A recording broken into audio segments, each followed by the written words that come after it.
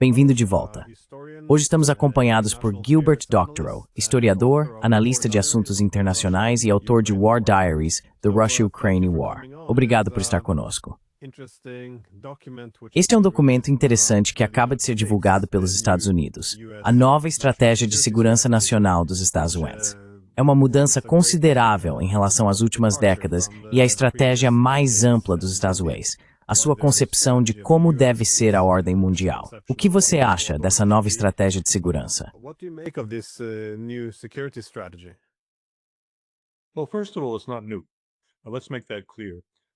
Bem, antes de tudo, isso não é novidade. Vamos deixar isso claro. Eu não vi ninguém voltar para analisar qual foi a primeira estratégia de segurança nacional do Sr. Trump em dezembro de 2017. Se o fizessem, veriam que aquele documento tinha, por assim dizer, dois autores diferentes e seguia em duas direções distintas. O que estamos vendo hoje teve um único grupo de autores e segue em uma única direção. Qual é a diferença? A diferença é que, em 2017, vi försättningsindependenhet. Portumet Universitet är statorska Sigurdsnorsvo Aurebarst Hangward 6-0. Partly in traditional manner. It was partly composed by Foi parcialmente elaborado por especialistas do Conselho de Segurança Nacional, que na época era chefiado pelo Tenente-General McMaster. E havia uma certa senhora, Nadia Shadlow, que teria escrito as partes da Estratégia de Segurança Nacional, NSS, que pareciam tradicionais. Já a outra parte, a dominante, foi escrita por pessoas próximas a Donald Trump, se não pelo próprio Trump por meio de seus redatores de discursos. E essa parte era completamente diferente. Era exatamente o que estamos lendo agora. Como havia dois autores em 2017, a NSS chegou a 68 páginas. Como hoje apenas um grupo de autores, ela tem 33 páginas.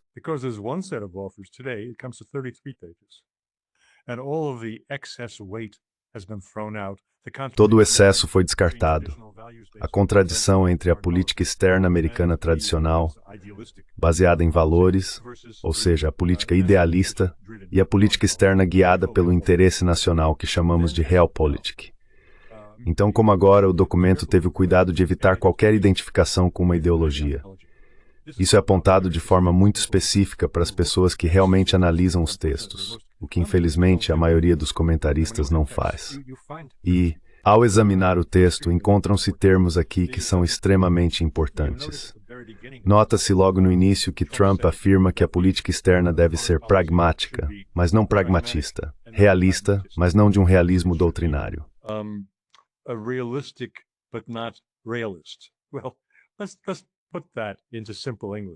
Bem, vamos colocar isso em termos simples. O que ele está dizendo é que não quer substituir uma ideologia por outra. Mas é exatamente isso que ele faz, é claro. O princípio básico da NSS, que não tem contradição interna em sua última edição, é o irrealismo. E de onde isso vem? Mais uma vez, ninguém fala sobre isso, e eu não sei porquê. Como é possível fazer um comentário sério sem olhar de onde vêm as ideias? Elas vêm de Henry Kissinger. Em 2016 e 2017, durante a eleição presidencial, Kissinger foi chamado várias vezes para dar conselhos a Donald Trump. No momento, não sei que tipo de contato eles tiveram antes da campanha.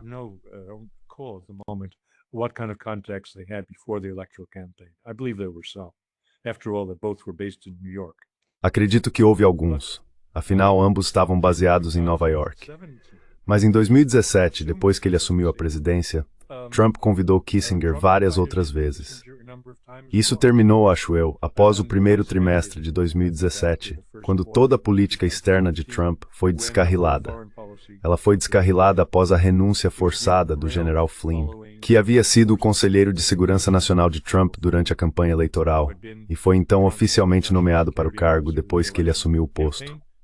Foi uma nomeação terrível, porque Flynn era um indivíduo altamente comprometido, e Trump deveria ter entendido isso. Seus valores éticos eram zero.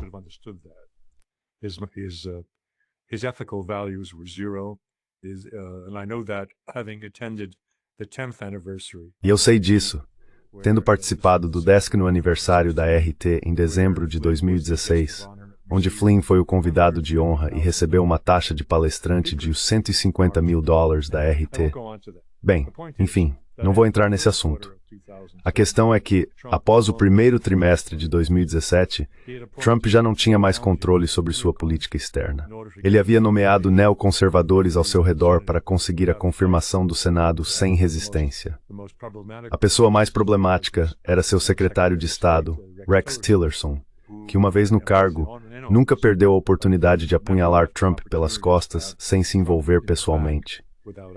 De qualquer forma, a política externa de Trump foi arruinada no primeiro trimestre.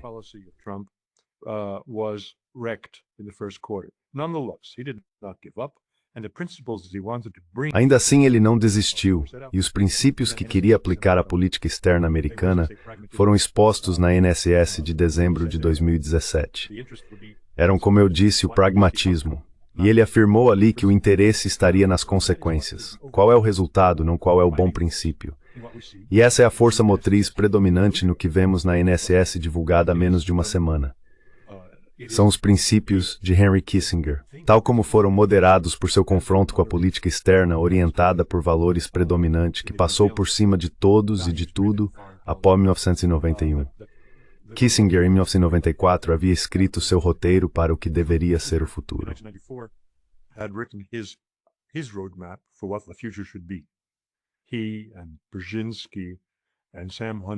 Ele, Brzezinski, Sam Huntington e Fukuyama foram as principais figuras, cujos livros traçaram o que deveria ser o roteiro para o mundo pós-Guerra Fria. A contribuição de Kissinger foi Diplomacy, 1994, que expressava sua convicção profunda nos princípios do equilíbrio de poder, de uma política externa contida, do abandono do hegemonismo e da evitação de guerras por escolha. Tudo isso foi exposto com referência à história. Uma história da diplomacia que remonta aos séculos XVII e XVIII, quando esses princípios foram inicialmente desenvolvidos, e ainda mais atrás, a Paz de Westfália, em 1648, que estabeleceu a questão central em qualquer escola de realismo. Agora, como eu disse, ele foi sacudido, ele foi rejeitado.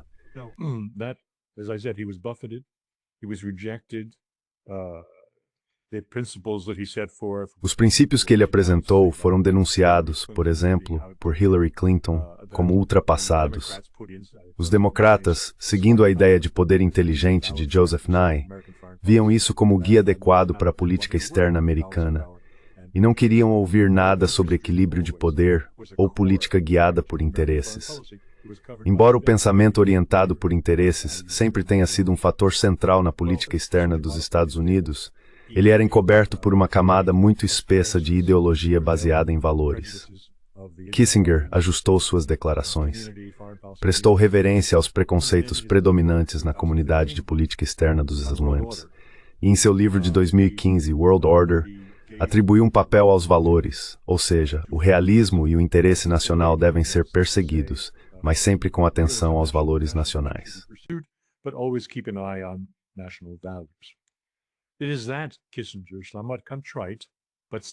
É aquele estilo à la Kissinger, um tanto contrito, mas ainda sabendo o que queria, que é o interesse nacional, que o Sr. Trump adotou e levou adiante, mesmo depois de ter sido atacado nas campanhas de Rússia contra ele naquele ano. Ele incorporou isso em sua estratégia de segurança nacional em dezembro de 2017. Portanto, estou dizendo que não há nada de novo aqui, e fico surpreso que tantos comentaristas ignorem esse fato. O ponto central do realismo é que ele não termina em guerra. Realismo significa fazer concessões, e concessão significa usar a diplomacia. Uma política externa guiada por valores baseia-se em valores universais, que por definição não podem e não devem ser comprometidos. E se você não busca concessões, então não há papel nem espaço para a diplomacia em sua política externa.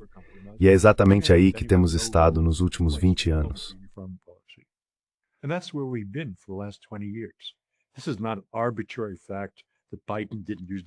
Isso não é apenas um fato arbitrário de que Biden não usou diplomacia.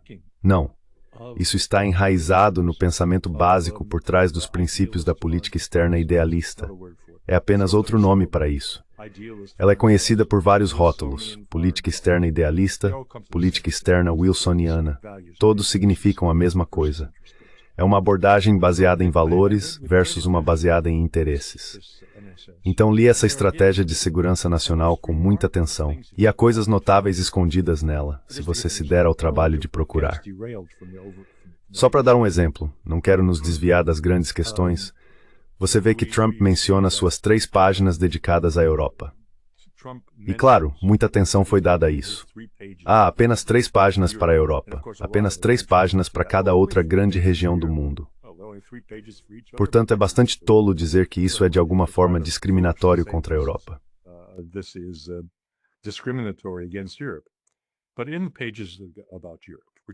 Mas nas páginas sobre a Europa, que são muito negativas, é claro. É verdade, você encontra ali no meio ele dizendo que os alemães se desindustrializaram e que suas empresas estão indo para a China, indo para lá, para aproveitar o gás russo barato. Agora, vamos ler nas entrelinhas. O que ele está dizendo também em suas declarações na mesma sessão é que a Europa deveria encontrar alguma relação estável com a Rússia e que isso seria bom para sua economia. Bem, vamos seguir o raciocínio. O que ele está dizendo, sem chamar a atenção de Lindsey Graham e de todos os outros que o criticariam por isso, é que os europeus deveriam voltar a importar gás russo por gasoduto. Então há coisas nisso que merecem ser destacadas, mas ninguém está fazendo isso.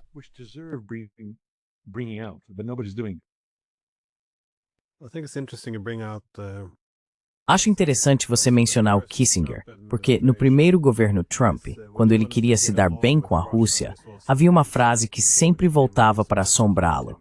Parecia inerentemente suspeito que ele quisesse se dar bem com a Rússia. E, novamente, a teoria da conspiração promovida pelo Russiagate afirmava que ele havia sido pago pelos russos. Sinto que muitas pessoas ignoraram o fato de que ele teve todas aquelas reuniões com Kissinger, que defendia que esse não era o modo como a diplomacia entre grandes potências deveria funcionar. Ele argumentava que, essencialmente, era preciso aproximar os russos pelo menos um pouco do nosso lado.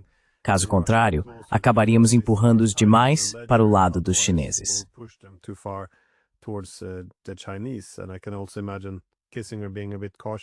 E também posso imaginar Kissinger sendo um pouco cauteloso em relação a todo o princípio da paz hegemônica, ou do hegemon liberal, já que isso se torna inerentemente muito ideológico. E além disso, não sobra muito espaço para a diplomacia. Se sua estratégia se baseia unicamente na dominação global, então que papel resta para a diplomacia na gestão da competição por segurança com seus rivais? Na verdade, quase nenhum. Não deveria ser tão surpreendente a forma como os europeus foram mencionados. Aliás, concordo plenamente. Acho que Trump obviamente percebeu que, independentemente do que as autoridades alemãs decidam fazer, é interessante notar que as empresas alemãs estão seguindo a energia russa.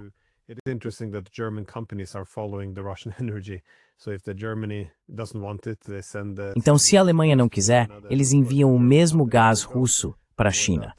Então, é claro, as empresas alemãs irão para onde esse gás russo estiver. Mas da forma como a Europa é descrita, isso parece um desacoplamento significativo, não é? Em termos de como vem a OTAN, o fim do expansionismo da OTAN, que tem sido a estrutura institucional central da parceria transatlântica, e a visão muito pessimista sobre o futuro da civilização europeia. Essencialmente, não vale a pena apostar nisso. E também, muitos líderes europeus reagiram aos esforços de Trump para salvar a Europa, isto é, para cultivar resistência. Acho que foi isso que o documento disse.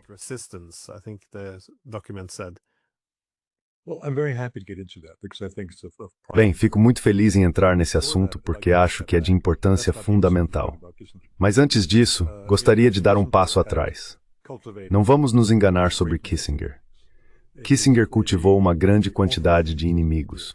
As coisas terríveis que ele fez durante a Guerra do Vietnã, levando a guerra a outras nações do Sudeste Asiático, a destruição devastadora que ocorreu sob sua supervisão, fizeram com que ele fosse denunciado como criminoso de guerra, algo do qual nunca se livrou.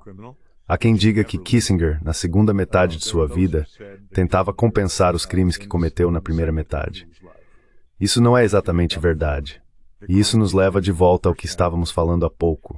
Que tipo de sábio conselho Kissinger poderia ter dado diante do espectro dos russos?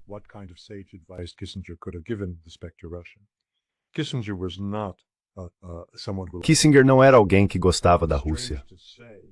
É estranho dizer, mas ele amava a China. Comida chinesa, não sei, mulheres chinesas, não sei o que era. Mas Kissinger leu muito sobre a China. Ele escreveu um livro sobre a China. Ele não escreveu nenhum livro sobre a Rússia. Ele não tinha nenhuma simpatia especial pela Rússia, embora devesse ter aprendido algo sobre ela, porque, afinal, eles eram as figuras dominantes sob Alexandre Pirenc durante o período em que ele escreveu sua dissertação, ou seja, o Congresso de Viena, a ordem que estabeleceu a Santa Aliança. Mas ele nunca realmente gostou da Rússia. E o mais importante, não vamos falar de coisas pequenas, vamos falar de coisas grandes.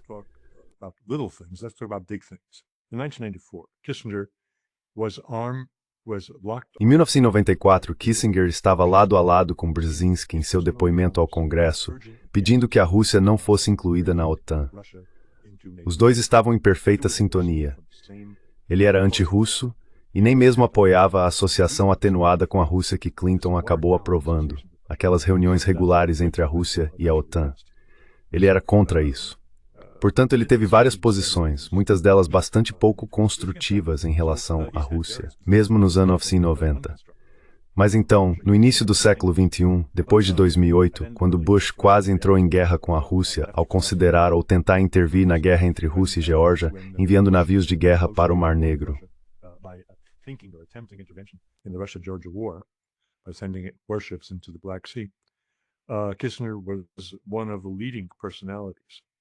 Kissinger foi uma das principais personalidades em um grupo de sábios que buscava aconselhar o governo Bush sobre como restaurar comunicações e relações civilizadas com a Rússia.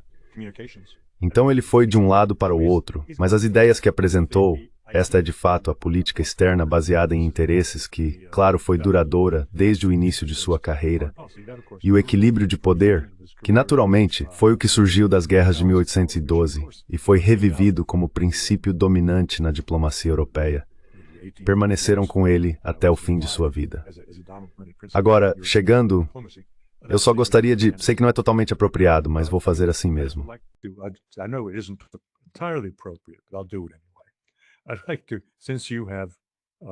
Eu gostaria de, já que você gentilmente mencionou meu livro War Diaries, trazer essa perspectiva belga sobre assuntos internacionais, porque é daí que vem o que acabei de dizer sobre a NSS de 2017.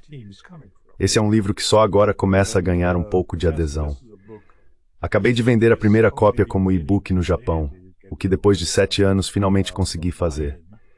Infelizmente, as pessoas confundem perspectiva belga com a ideia de que se trata da pequena Bélgica. Quem se importa com a pequena Bélgica? Embora, a julgar pelo que vamos discutir em um minuto, elas deveriam se importar com a pequena Bélgica, já que a Bélgica pode fazer mais para acabar com a guerra na Ucrânia do que qualquer coisa que Orbán tenha feito ou que Trump esteja tentando fazer.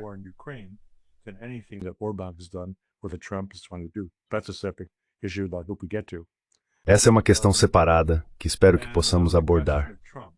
E sobre a questão de Trump, para que ninguém pense que sou um defensor incondicional de Trump, aconteça o que acontecer, leia o primeiro capítulo desse livro, onde explico por que deveríamos ter feito o impeachment de Trump. Isso foi escrito em setembro de 2017, após sua desastrosa estreia na Assembleia Geral das Nações Unidas, quando ele pediu a destruição total da Coreia do Norte, um país de 22 milhões de pessoas.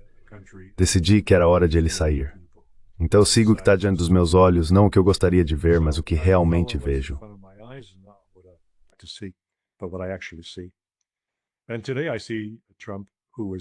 E hoje vejo Trump como alguém muito construtivo, e as ideias que ele apresenta dessa forma são muito importantes. Mas voltando ao que você acabou de perguntar, como uma questão introdutória, e quanto às relações com a Europa, gostaria de abordar um ponto que você levantou com muita razão em algumas de suas discussões. Não me lembro com quem, acho que não foi comigo, mas você certamente levantou isso nos últimos meses. Ou seja, gesticular, por que a Europa não pode se reverter? Por que não pode mudar sua política? E como eu disse, acredito que o Sr. Trump e seus assessores entendem isso. Eles estão falando em interferir nos assuntos europeus porque a Europa não consegue mudar por si mesma, a menos que haja uma revolução nas ruas. short of having a revolution in the streets. And that is of great importance. E isso é de grande importância. Não me lembro exatamente do que você estava argumentando ou explicando por que isso não pode se reverter, mas tenho algumas ideias que quero lançar aqui. Isso não pode se reverter. Em primeiro lugar, porque os 27 Estados-membros europeus não têm soberania. No mesmo livro, esta perspectiva belga menciona de passagem alguns comentários que apareceram em um livro publicado por volta daquela época por Mark Eyskens, YSKS, para quem não acompanha a pronúncia belga. Ele foi primeiro-ministro da Bélgica e escreveu memórias. Perto do fim da vida dele, aconteceu de eu pegar um desses livros.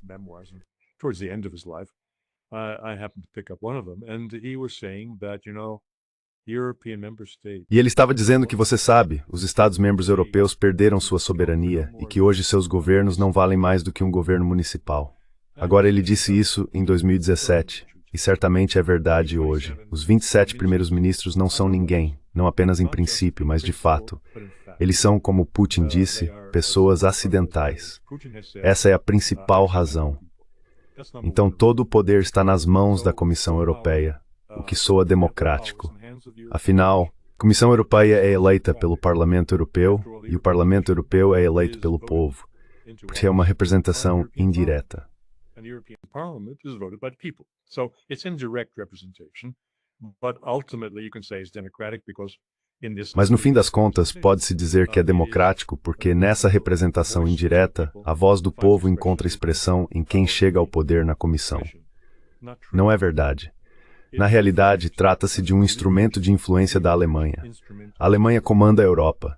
Durante o período de Angela Merkel, já destaquei isso antes, todos os altos funcionários da União Europeia foram indicados pelos alemães. Esse é o primeiro ponto. Agora, como isso acontece? Porque a comissão é votada pelo Parlamento Europeu, que é dominado pelo Partido Popular Europeu, o qual, por sua vez, é dominado pelo Partido Democrata Cristão da Alemanha.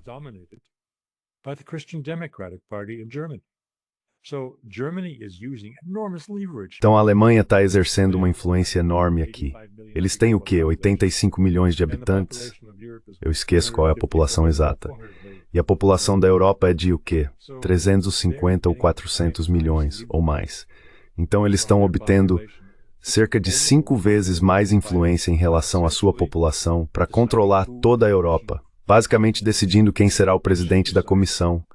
E essa pessoa decide quem serão seus colegas comissários. Porque tudo isso é feito em negociações de bastidores sobre qual partido fica com qual ministério.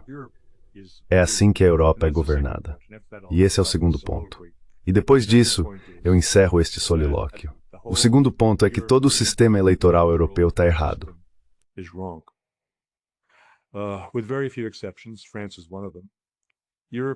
Com pouquíssimas exceções, a França é uma delas, os países europeus são governados por coalizões.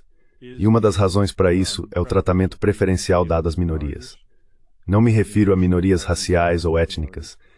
Refiro-me a minorias políticas ou de pauta, partidos de uma única causa, em detrimento da vontade da maioria da população. Isso é a representação proporcional, que é maravilhosamente progressista. Exceto pelo fato de que termina na ditadura que vemos agora nas instituições europeias e no completo desinteresse do público em geral em votar. Por quê? Porque o seu voto não vale nada.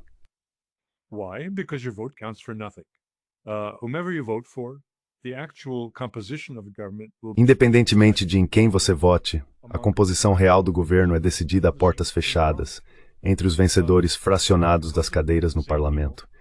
E por causa disso, as mesmas pessoas permanecem no poder por décadas, apenas em diferentes cargos ministeriais. O ministro da Justiça por 5 anos sob von der Leyen foi um belga do partido MR, um partido liberal francófono sediado em Bruxelas, Didier Reynders, que agora enfrenta uma longa pena de prisão quando seu julgamento finalmente ocorrer por lavagem de dinheiro. Bem, a acusação é lavagem de dinheiro. Eles nem se preocupam em investigar de onde veio o dinheiro que ele estava lavando, que, é claro, eram subornos.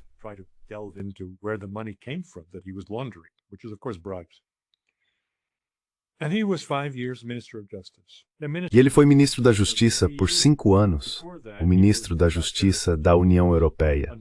Antes disso, por cerca de 10 ou 15 anos, sob vários governos de coalizão, foi ministro das Finanças. Então é alguém que realmente sabe como a lavagem de dinheiro é feita por dentro. Enfim, o meu ponto é que essas nomeações são feitas por meio de concessões compartilhadas entre partidos, que têm participações marginais entre os deputados, entre as cadeiras no parlamento, por causa da representação proporcional. O sistema oposto a esse, o sistema contrário, é o que temos nos Estados Unidos e também no Reino Unido, que é o de maioria simples. Você pode ter apenas 25% de apoio eleitoral, como Margaret Thatcher teve, e ainda assim formar um governo que pertence exclusivamente ao seu partido.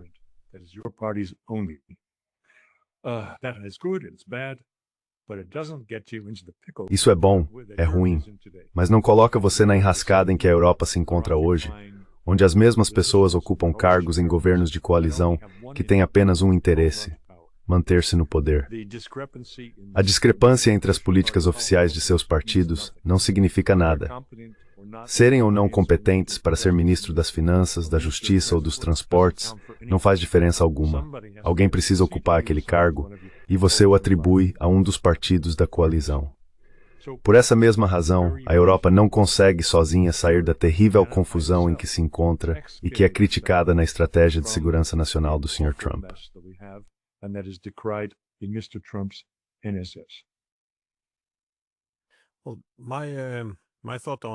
Bem, meu pensamento sobre a União Europeia é o seguinte: o principal desafio, ao meu ver, é como fazer com que 27 Estados-membros adotem essencialmente a mesma política externa, a mesma política econômica. É muito difícil fazer qualquer uma dessas coisas acontecer. Como fazer com que 27 países não ajam necessariamente de acordo com seus próprios interesses nacionais, que estão cada vez mais divergentes, mas sim sigam uma política comum? Em algum nível, é preciso haver uma certa perda de soberania, mesmo quando isso não é necessário. É essa obsessão federalista que eles têm no mundo da UE, de que a forma deve ditar a função. Vamos simplesmente centralizar o poder em Bruxelas, e de alguma forma isso resultará em uns Estados Unidos da Europa bem-sucedidos. Mas não.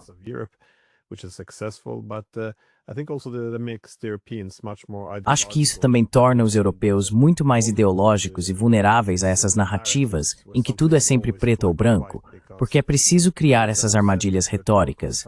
E bem, essencialmente argumentar que, em qualquer questão, existe apenas uma resposta certa e a outra é simplesmente imoral e errada.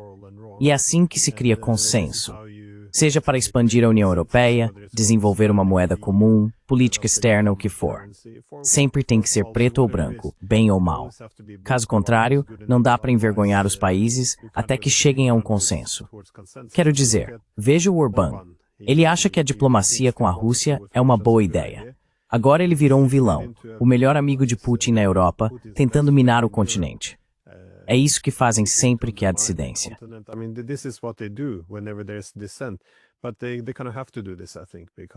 Mas eles meio que precisam fazer isso, eu acho. Porque é o que acontece quando você tem 27 países que de alguma forma precisam chegar a uma política comum. Parecia administrável até certo ponto. Mas a falta de digitalização e também o fato de nos isolarmos dos recursos energéticos russos e do mercado russo por completo, piorou muito as coisas nesse conflito. Por quê? Se a UE não consegue oferecer benefícios econômicos, algo geoeconômico, algo material, aos seus Estados-membros, o que vai mantê-la unida então? E acho que é por isso que nos tornamos tão dependentes dessa chamada era geopolítica, da ideia do inimigo comum, em que nossa unidade é sustentada pelo medo da Rússia. Esse parece ser o modelo que temos agora, e não é um bom projeto econômico.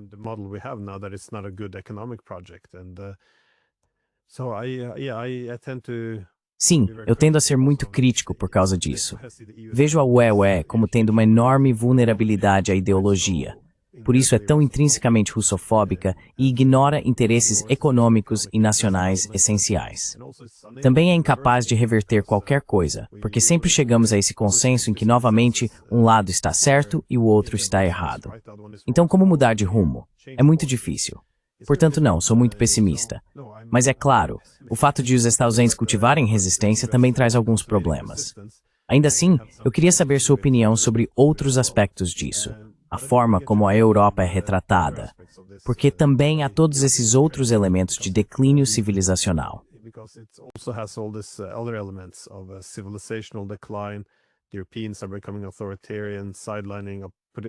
Os europeus estão se tornando autoritários, marginalizando a oposição política, a mídia e, é claro, enfrentando declínio demográfico e imigração em massa.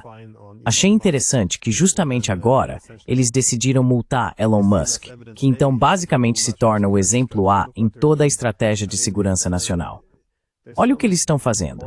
Quero dizer, há um desenvolvimento terrivelmente amador aqui. Não entendo como. Parece o pior momento possível para fazerem isso. Mas acho que o último ponto também diz respeito à OTAN. O que isso significa? Porque se a União Europeia está, digamos, destinada a enfraquecer, então a OTAN é o último pilar do sistema de segurança europeu.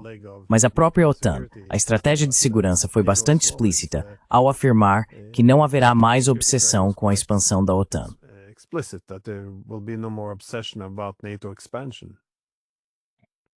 Well, I'm glad you mentioned Elon Musk and Patrick, because Bem, fico feliz que você tenha mencionado o Elon Musk pessoalmente, porque agora ele está enfrentando essa multa de 100 milhões, seja lá quanto for, que querem cobrar dele por supostamente espalhar notícias falsas ou informações imprecisas.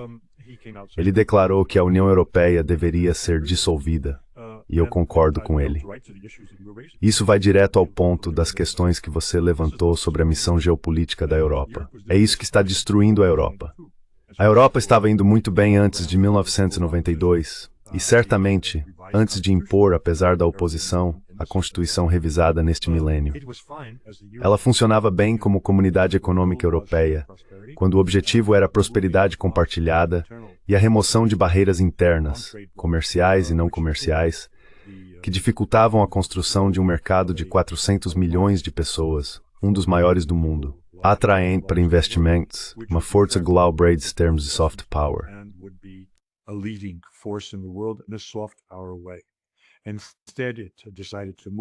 Em vez disso, decidiu avançar em direção a uma presença de poder duro no mundo, sendo uma potência geopolítica, o que, como vemos agora, teve resultados desastrosos. Não deveria ser assim, por todas as razões que conhecemos. Não tem um exército comum e não deveria ter um, porque na prática isso significaria um exército dominado pela Alemanha. E é preciso perguntar, afinal, quais foram as consequências da Segunda Guerra Mundial? Elas teriam sido apagadas e a Alemanha estaria de volta a uma posição que deixaria Adolf Hitler muito satisfeito.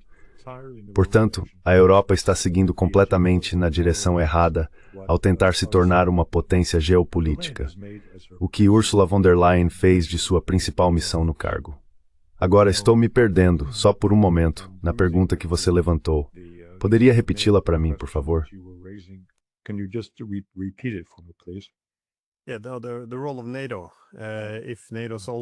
Sim, o papel da OTAN, se a OTAN também for reduzida. Bem, seu significado muda, porque todo ponto após a Guerra Fria era que precisávamos preservá-la. Bem, perdemos a função que a OTAN deveria ter. Mas para preservar a forma, uma Europa centrada na OTAN, tivemos que revivê-la, encontrar uma nova função para ela. E essencialmente acabamos com a expansão da OTAN e missões fora de sua área. Agora, se a expansão for retirada da mesa e os Estados Unidos não tiverem mais tanto interesse na Europa ou na OTAN, o que isso significa para a Europa? Porque parece que essa nova estratégia de segurança vai impactar o continente em grande medida.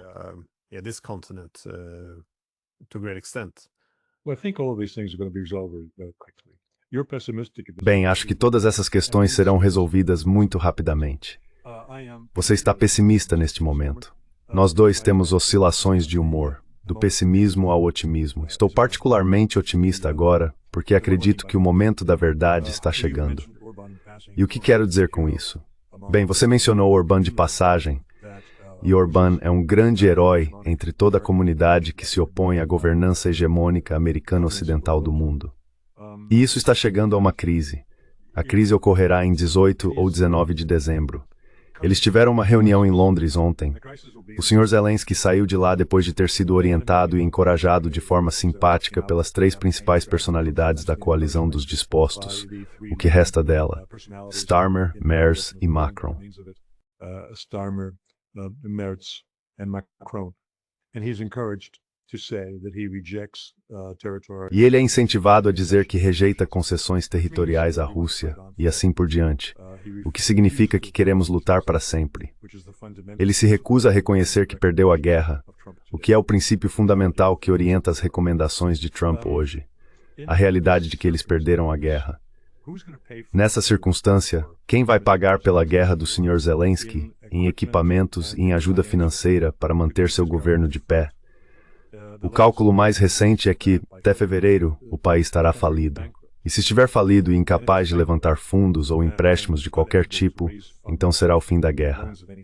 Agora, o que nos separa desse 18 e 19 de dezembro? December 18th and 19th. And which country is responsible? E qual país é responsável por apresentar essa escolha de vida ou morte, preto no branco? A União Europeia continua seguindo alegremente seu caminho, ou a União Europeia é destruída? Quem está por trás desse confronto? O primeiro-ministro da Bélgica, não o Sr. Orbán. Você mencionou Orbán. Orbán é adorado, como eu disse, por todos que se opõem à hegemonia americana, por enfrentar a União Europeia e dizer as coisas como elas são. Viajando 2 vezes a Moscou sem pedir permissão ao Sr. Merz ou a qualquer outra pessoa na União Europeia. Mas toda vez que a renovação das sanções foi colocada em votação, o Sr. Orbán votou sim. Então onde está a coragem dele? Por que ele não disse não? E tudo teria desmoronado. Ele não fez isso. Ele não ousou fazer isso.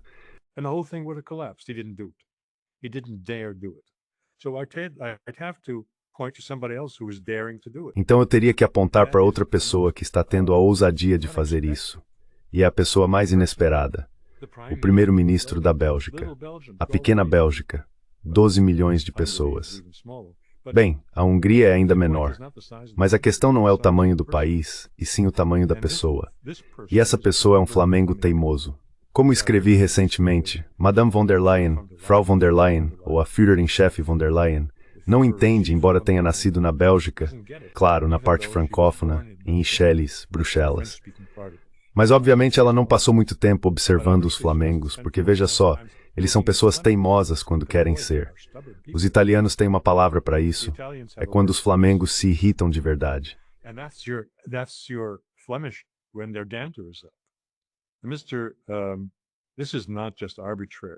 Isso não é algo arbitrário.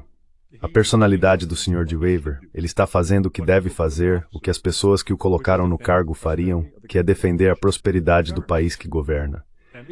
E se esse empréstimo, chamado de empréstimo, que na verdade é uma confiscação de ativos estatais russos na Euroclear, for adiante, então a Bélgica ficará exposta a uma responsabilidade equivalente a 1/3 de seu PIB anual. E o Sr. de Wever, que tem sido um sujeito razoável nas rodadas anteriores de construção de sanções contra a Rússia, chegou até a sacrificar a indústria de diamantes de Antuérpia, que é sua base de poder, e arruinou a indústria de diamantes da Bélgica ao concordar com a sanção em toda a UE sobre a importação de diamantes russos.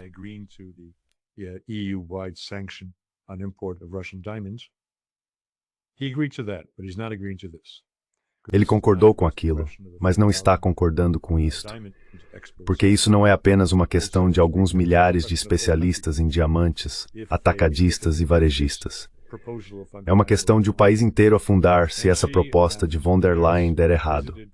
Ela e Merz visitaram De Wever na última sexta-feira. Jantaram lá, tenho certeza de que todos saíram de lá com indigestão, porque a reunião não resultou em nada. Terminou com a declaração de que continuariam conversando até o dia 18 de março. Agora, por que isso é importante? O Sr. de Wever muito provavelmente dirá não no dia 18 de março.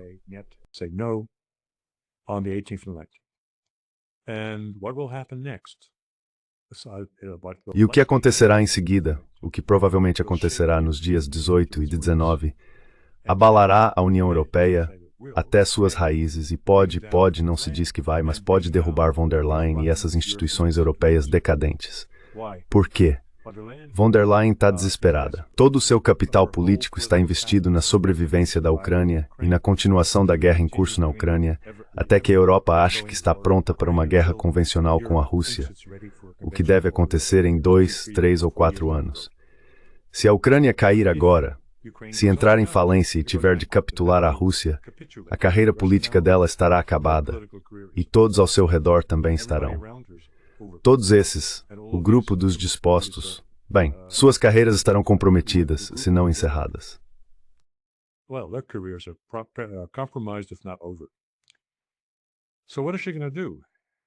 Since this is the Então o que ela vai fazer, já que esta é a última possibilidade de salvar a Ucrânia? Porque conversa não vai resolver. Tapinhas nas costas para o pessoal dos eventos não vão resolver. Eles precisam de dinheiro e armas. E armas são compradas com dinheiro. E 200 bilhões de dólares em ativos russos congelados são extremamente tentadores. Ela vai declarar, isso já foi antecipado, que a votação será feita por maioria qualificada, não por unanimidade. O Sr. Merz já disse publicamente que está pronto para garantir 45 bilhões de euros do dinheiro emprestado à Ucrânia com fundos alemães. Provavelmente alguns outros países também vão contribuir. E então von der Leyen dirá que tem uma maioria qualificada na OE, e portanto a medida será aprovada, e ela agora procurará a Euroclear para liberar o dinheiro.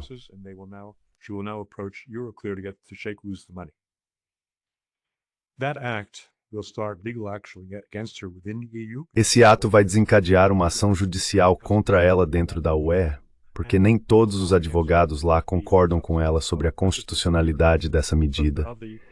E enfrentará forte oposição não apenas de Weber, mas também do CEO da Euroclear. Nos últimos dias ela, palavras de Orbán, fez declarações muito claras de que a Euroclear se opõe a isso porque compromete sua posição declarada de neutralidade ao envolvê-la em um ato de motivação política. A Euroclear não significa muito para a maioria das pessoas, então deixe-me explicar. A Euroclear detém cerca de 42 trilhões de dólares em ativos globais. É um repositório para o mundo todo. Ela pertence não apenas a entidades belgas, mas também ao Fundo Soberano de Singapura, à Nova Zelândia e a muitos outros acionistas menores que ainda não declararam sua posição sobre o assunto.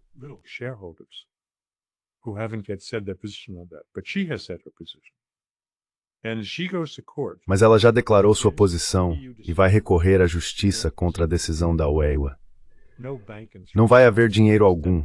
Nenhum banco em sã consciência emprestaria um centavo à Ucrânia com base em garantias detidas por uma entidade que está contestando a remoção desses ativos. Isso está morto na água.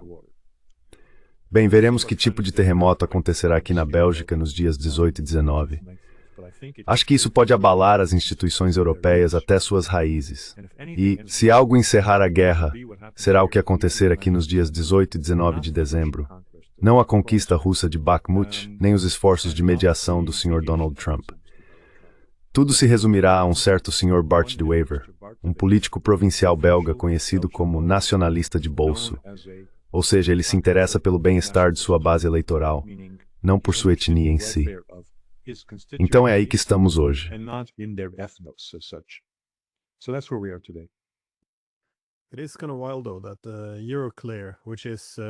É meio louco, porém, que a Euroclear, que basicamente está dizendo que isso é ilegal, ainda queira seguir em frente com isso, sob o pretexto de que pode vendê-lo dentro de algum esquema jurídico. Deixe-me fazer só mais uma pergunta. Como você acha que os russos vão reagir a essa proposta? Bem, desculpe, não a proposta, mas a como eles estão reagindo à estratégia de segurança nacional dos Estados Unidos, porque isso é algo que eles não veem desde o fim da Guerra Fria. E eu acho que para muitos russos fica a dúvida. Será que ele está brincando quando diz que quer melhorar as relações com a Rússia e mudar o rumo da América? Ou é só mais um figurão que aparece dizendo as mesmas coisas, mas acaba mantendo o status quo?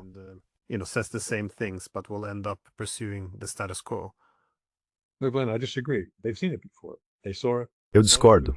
Eles já viram isso antes. Viram em 2017, mas não quiseram ver. Eu analisei o que os russos disseram sobre a NSS e Donald Trump em 2017. Eles não gostaram. Quero dizer, fizeram pouquíssimos comentários.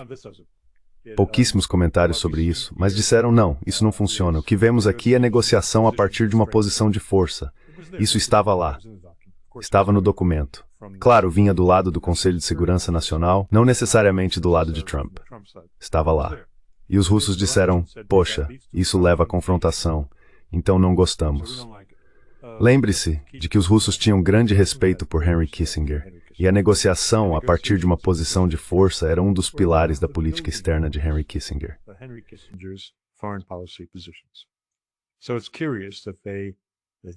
Então é curioso que eles continuem a tratá-lo com todo o devido respeito, enquanto ao mesmo tempo criticam duramente o quão péssima é essa ideia. Agora, o que eles estão dizendo? Estão fingindo que nunca viram nada parecido antes. O que, como eu disse, não é verdade, porque os princípios básicos de Trump já estavam lá em 2017. O que eles estão fazendo agora é selecionar o que lhes convém. Estão pegando o que gostam. E eles têm motivos para gostar, porque, afinal de contas, bem, por outro lado, o documento de 2017 não mencionava a Rússia como adversária. Falava sobre rivais e competidores. É exatamente isso que está acontecendo na NSS de 2025. Não há inimigos nem personalidades autoritárias nomeadas. Isso é mencionado apenas de passagem, sem ser atribuído a ninguém.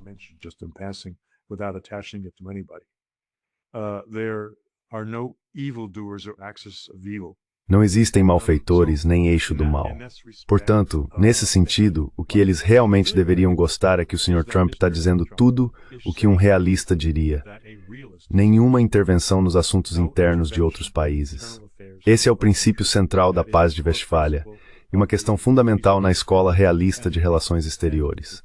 Está lá, está nesse NSS de uma semana atrás. O que os russos estão fazendo é selecionar o que lhes convém. Eles estão muito satisfeitos por não serem mencionados em nenhum lugar como inimigos e por o Sr. Trump estar falando a favor de sua integração ou reintegração na comunidade empresarial ocidental e de relações normais tanto com os Estados Unidos quanto com a Europa. Isso eles gostam muito.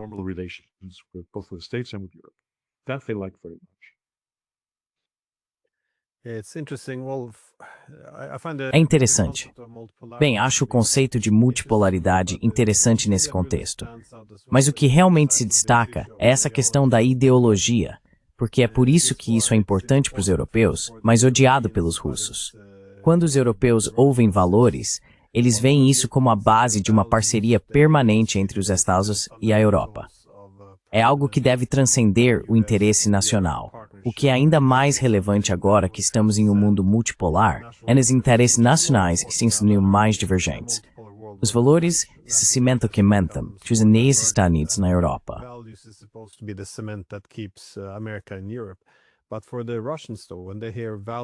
Mas para os russos, quando ouvem valores, tudo o que escutam é a ausência de pragmatismo, a ausência de diplomacia. Porque sempre que se fala em valores, é sempre valores bons contra valores ruins. É sempre preto e branco, bem e mal. Não há espaço para entendimento mútuo, nem para diplomacia, nem para compromisso. Tudo se transforma em uma política externa extremamente confrontadora, em que buscamos a paz por meio, bem, da derrota da Rússia, que é o que temos feito nos últimos 4 anos. Então, é interessante que quando o tema valores surge, é justamente aí que europeus e russos se dividem profundamente. Você tem alguma consideração final antes de encerrarmos?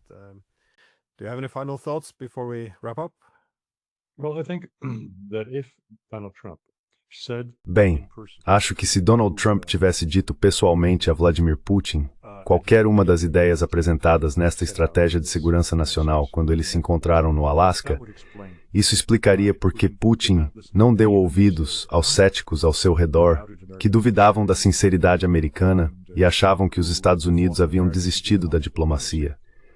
Ele seguiu em frente, contra as probabilidades e em uma situação que não parecia muito favorável, esperou por um acordo onde os Estados Unidos se retiraram. Isso explicaria muitas.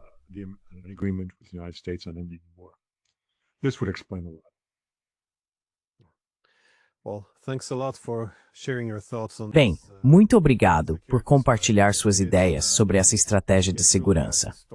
É realmente um documento histórico, no entanto. Quero dizer, não está sendo muito celebrado aqui na Europa, é claro, mas parece que os Estados Unidos estão se ajustando ao mundo como ele é, embora obviamente também tenham alguns problemas profundos com isso. Acho que toda essa retomada da doutrina Monroe pode ter consequências muito infelizes. Mas vamos deixar isso para a próxima vez. Mais Mavad, obrigado. Well, Obrigado, Pines.